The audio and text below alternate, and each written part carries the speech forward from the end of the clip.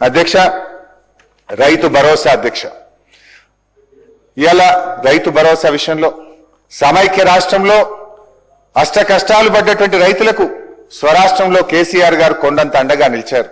24 గంటల ఉచిత కరెంట్ ఇచ్చారు, సాగునీరు ఇచ్చారు, సమయానికి ఎరువులు విత్తనాలు ఇచ్చారు. ఇంకా ఏదో చెయ్యాలని ఆలోచించి నా తెలంగాణ రైతుకు పెట్టుబడి కోసం ఎవరి ముందు చెయ్యి జాపొద్దని, ఆత్మగౌరవంతో పొలంకు వెళ్లాలని, ఆత్మహత్యలు ఆగాలని రైతు బంధు పథకాన్ని నాడు కేసీఆర్ గారు ప్రవేశపెట్టారు. అధ్యక్ష, ఒకసారి గతాన్ని గుర్తు చేసుకుందాం. కరోనా ఉత్పాతం వచ్చింది, ప్రపంచాన్ని వణికించింది, అంతటా ఆర్థిక వ్యవస్థ కుప్పగూలింది, ఆదాయాలు పడిపోయాయి, ఖజానా ఖాళీ అయ్యే పరిస్థితి వచ్చింది. అయినా సరే ఆనాడు కేసీఆర్ గారు రైతు బంధు సాయం ఆపలేదు, ఒక్క రూపాయి కూడా తగ్గించలేదు. కరోనా కష్టకాలంలోనూ కడుపు గట్టుకోనైనా సరే రైతు బంధు ఇచ్చింది నాటి ప్రభుత్వం. మొత్తం 11 విడతల్లో 72,000 కోట్లు క్రమం తప్పకుండా రైతుల ఖాతాల్లో జమ చేసిన అరుదైన రికార్డు మా బీఆర్ఎస్ ప్రభుత్వాన్ని. మేము ఎన్నడూ ఒక్క సీజన్ కూడా ఎగ్గొట్టలేదు అధ్యక్ష. కానీ ఇవాళ ఏం జరుగుతుంది అధ్యక్ష? మార్పు మార్పు అని ప్రజల్ని ఏమార్చినటువంటి వాళ్ళు ఏం మార్పు చేశారో ఇప్పుడు చెప్తాను అధ్యక్ష. ఓటాన్ అకౌంట్ బడ్జెట్ బుక్ అధ్యక్ష 2024-25 బట్టి గారు ఏం చెప్పారంటే అధ్యక్ష, పేజ్ నంబర్ 17 అధ్యక్ష, పేజ్ నంబర్ 17 ఓటాన్ అకౌంట్ లో బట్టి గారు ఏమంటారంటే అధ్యక్ష, రైతు భరోసాకు ఏటా ఎకరానికి 15,000 చెల్లించాలన్నది మా ప్రభుత్వ సంకల్పం అన్నారు.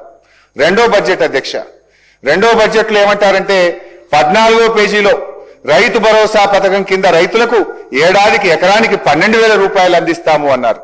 ఓటాన్ అకౌంట్ లో 15,000 అన్నారు, మొదటి బడ్జెట్ లో 15,000 అన్నారు, రెండో బడ్జెట్ కు వచ్చేసరికి ఎకరానికి 12,000 ఇస్తామని చెప్పి బట్టి గారు సెలవిచ్చారు అధ్యక్ష. అంటే ఒక్కొక్క పేజీ తిప్పుతుంటే ఒక్కొక్క 1000 కరిగిపోతా ఉంది అధ్యక్ష. ఒకసారి మేనిఫెస్టోలో కూడా ఏమన్నారో చూద్దాం అధ్యక్ష. మేనిఫెస్టోలో వీళ్ళు ఏమన్నారు అధ్యక్ష, ప్రతి రైతుకు ప్రతి ఎకరానికి 15,000 రూపాయలు ఇందిరమ్మ రైతు భరోసా పథకం కింద ఇస్తామన్నారు అధ్యక్ష. నేను అడుగుతున్న అధ్యక్ష, బట్టి గారు ఇదేనా మీ సంకల్ప బలం? మేనిఫెస్టోలో ఒక మాట, మొదటి బడ్జెట్ లో ఒక మాట, రెండో బడ్జెట్ లో ఒక మాట. అది కూడా ఎట్లయిపోయిందంటే అధ్యక్ష, నాట్లప్పుడు రాదు అధ్యక్ష. అధ్యక్ష, వీళ్ళ తీరు ఎట్లుందంటే కేసీఆర్ గారు ప్రవేశపెట్టిందేమో అగ్రికల్చర్ ఇన్వెస్ట్మెంట్ సపోర్ట్ స్కీమ్, వ్యవసాయ పెట్టుబడి సాయం. కానీ కాంగ్రెస్ ప్రభుత్వం దాన్ని ఎలక్షన్ ఇన్వెస్ట్మెంట్ సపోర్ట్ స్కీమ్ గా మార్చింది అధ్యక్ష, ఎన్నికల పెట్టుబడి సాయంగా మార్చింది అధ్యక్ష. పంట పెట్టుబడి అంటే నాట్లప్పుడో ఎరువులు చల్లేటప్పుడో ఇయ్యాలి అధ్యక్ష. కానీ మీ రాజ్యంలో నాట్లయిపోయి కోతలైపోయి ధాన్యం కల్లాలకు వచ్చిన రైతు ఖాతాల్లో పైసలు పడతలేవు అధ్యక్ష. 2024-25 వానకాలం రైతు బంధు ఎగ్గొట్టారు అధ్యక్ష. 2024-25 యాసంగి రైతు బంధు సగం సగమే ఇచ్చారు అధ్యక్ష. 2025-26 యాసంగి రైతు బంధు నిన్న ఇచ్చారు అధ్యక్ష, అది కూడా ఒక్క ఎకరానికే పరిమితం చేశారు అధ్యక్ష. బడ్జెట్ పుస్తకాల్లో పేజీలు నిండుతున్నాయి కానీ రైతుల ఖాతాల్లో పైసలు పడతలేవు అధ్యక్ష. అధ్యక్ష, ఆనాడు రేవంత్ రెడ్డి గారు ఏమన్నారు అధ్యక్ష, రెండు పంటలకే రైతు బంధు ఇవ్వడం ఏంది దద్దమ్మా, 3 పంటలకు ఇవ్వాలి అన్నారు అధ్యక్ష. అధ్యక్ష, ఏమైంది? 3వ పంట దేవుడెరుగు, ఉన్న 2 పంటల్లో ఒకదానికి పాతరేసిండ్రు. ఇప్పుడు ఆ దద్దమ్మ ఎవరో వారి విజ్ఞతకే వదిలేస్తున్న అధ్యక్ష. సీజన్ కు 9,000 కోట్లు అనుకున్నా ఇప్పటి వరకు రైతు భరోసా కింద మీరు పడ్డ బకాయిలు 19,000 కోట్ల రూపాయలు అధ్యక్ష. ఇక్కడే ఒక టెక్నిక్ ప్రయోగించింది అధ్యక్ష. ఇప్పుడు ఏమంటే 20,000 రుణమాఫీ చేసినామన్నారు, 19,000 కోట్ల రైతు బంధు ఎగ్గొట్టిండ్రు, గా పైసలు తెచ్చకి రుణమాఫీ చేసినా మీకు అయిపోయింది అంటున్నారు అధ్యక్ష. అంటే రుణమాఫీ గుండుసున్న అధ్యక్ష. 24-25 వానకాలం రైతు బంధు, 24-25 యాసంగి రైతు బంధులో సగం, ఇప్పుడు 25-26 రైతు బంధులో ఒక ఎకరానికే ఇచ్చారు. మొత్తంగా 18-19 రైతు బంధులో రైతులకు ఎగ్గొట్టారు. దాన్నే తెచ్చి రుణమాఫీ చేసినామని చెప్పి ఇవాళ మాయ మాటలతో రైతుల్ని మభ్యపెట్టే ప్రయత్నం చేస్తున్నారు అధ్యక్ష. కుడి చేత్తో గుంజుకొని ఎడమ చేత్తో ఇచ్చినట్టు చేస్తున్నారు అధ్యక్ష. ఇది వీళ్ళు చేసినటువంటి రుణమాఫీ అధ్యక్ష. నాడు కేసీఆర్ పాలన అంటే రైతు బంధు పాలనని, నేడు యనుమల వారి పాలన అంటే ఎగవేతల పాలనగా మారిపోయింది అధ్యక్ష. నాడు రైతుల ఖాతాల్లో నిధుల వరద, నేడు రైతుల కళ్ళల్లో కన్నీళ్ల వరద అధ్యక్ష. అధ్యక్ష, రైతు భరోసాని నమ్మించి ఈ రోజు 19,000 కోట్ల రూపాయలు 3 పంటల మీద రైతాంగానికి ఇవ్వకుండా మోసం చేసిన విషయం అధ్యక్ష. అధ్యక్ష, నేను ఒకటే అడుగుతా ఉన్నా, మీరు ఇచ్చిన మాట ప్రకారంగా మేనిఫెస్టోలో చెప్పిన విధంగా, మొదటి బడ్జెట్ లో చెప్పిన విధంగా రైతు భరోసా 15,000 రూపాయలకి ఎప్పుడు పెంచుతారో, మరి మీరు బకాయి పడ్డ 19,000 రైతు బంధు డబ్బులు ఎప్పుడు ఇస్తారో చెప్పాలని చెప్పి గౌరవనీయులు భట్టి గారిని కోరుతా ఉన్న అధ్యక్ష. అదేవిధంగా బోనస్ విషయంలో అధ్యక్ష, మొదటి బడ్జెట్ 2024-25 19వ పేజీలో బోనస్ గురించి బోలెడు మాటలు చెప్పారు అధ్యక్ష. రాష్ట్రంలో సన్న రకం వరి ధాన్యాల సాగును ప్రోత్సహించడానికి ప్రభుత్వం 33 రకాల వరి ధాన్యాలను గుర్తించిందని, వాటిని పండించే రైతుకు క్వింటాల్కు 500 రూపాయల బోనస్ ఇవ్వాలని నిర్ణయించినట్టుగా బడ్జెట్ ప్రసంగంలో చెప్పారు అధ్యక్ష. మేనిఫెస్టోలో అన్ని పంటలకు అన్నారు. మొదటి బడ్జెట్ లో సన్నాలకు పరిమితం చేశారు. ఆ సన్నాలు కూడా ఒక్క వానకాలానికే పరిమితమైంది అధ్యక్ష. 2024-25 యాసంగి సన్నాలకు 1,161 కోట్ల రూపాయల బోనస్ ఈ ప్రభుత్వం ఇవ్వకుండా రైతుల్ని దగా చేసింది అధ్యక్ష. అంటే మార్పు అంటే మడమ తిప్పు అనేటువంటి విధానాన్ని ఇవాళ అమలు చేస్తా ఉన్నారు అధ్యక్ష. రాజ్యాంగం సాక్షిగా చట్టసభల్లో ప్రవేశపెట్టిన బడ్జెట్ ప్రసంగానికి ఒక పవిత్రత ఉంటుంది అధ్యక్ష. కానీ బడ్జెట్ లో చెప్పింది, ఆర్థిక మంత్రి గారే స్వయంగా అసెంబ్లీలో చెప్పినటువంటి బడ్జెట్ ప్రసంగంలో చెప్పిన మాటలే అమలు కాకపోతే ఇంకా ఈ బడ్జెట్ కి ఏం అర్థం ఉంటుంది అధ్యక్ష? నాకైతే ఐఎమ్ ఫీలింగ్ అషేమ్డ్ అధ్యక్ష. అంటే బడ్జెట్ శాంటిటీనే ఈరోజు దెబ్బతీస్తున్నటువంటి పరిస్థితి అధ్యక్ష.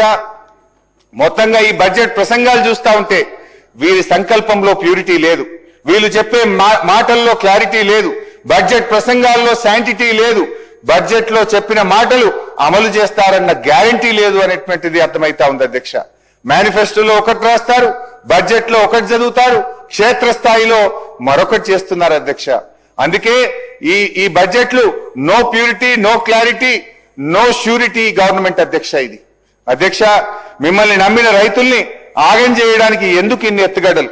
ఇదేంటి అని అడిగితే రైతుల చేతులకు బేడీలు వేస్తారు, ప్రతిపక్షాలు నిలదీస్తే ప్రతిపక్ష నాయకుల మీద కేసులు బనాయిస్తారు అధ్యక్ష. భట్టి గారు, నేను మిమ్మల్ని సూటిగా అడుగుతా ఉన్నా అధ్యక్ష, అసలు ఇప్పుడు ఈ యాసంగి పంటకైనా బోనస్ ఇస్తారా ఇవ్వరా? పోయిన యాసంగికి బోనస్ ఇవ్వలేదు, ఇప్పుడు ఈ యాసంగిలోనైనా రైతులకు బోనస్ ఇస్తారా లేదా మీ సమాధానంలో చెప్పాలని చెప్పి ఈ సభ సాక్షిగా నేను భట్టి గారిని, ఈ ప్రభుత్వాన్ని అడుగుతా ఉన్నా అధ్యక్ష. ఎన్ని అధ్యక్ష? రుణమాఫీలో దగా, రైతు బంధులో దగా, బోనస్ లో దగా, పంటల బీమాలో దగా అధ్యక్ష. పంటల బీమా గురించి ఎంత గొప్పగా చెప్పింది అధ్యక్ష ఈ బడ్జెట్ బుక్ లో, ఒకసారి చూడండి అధ్యక్ష.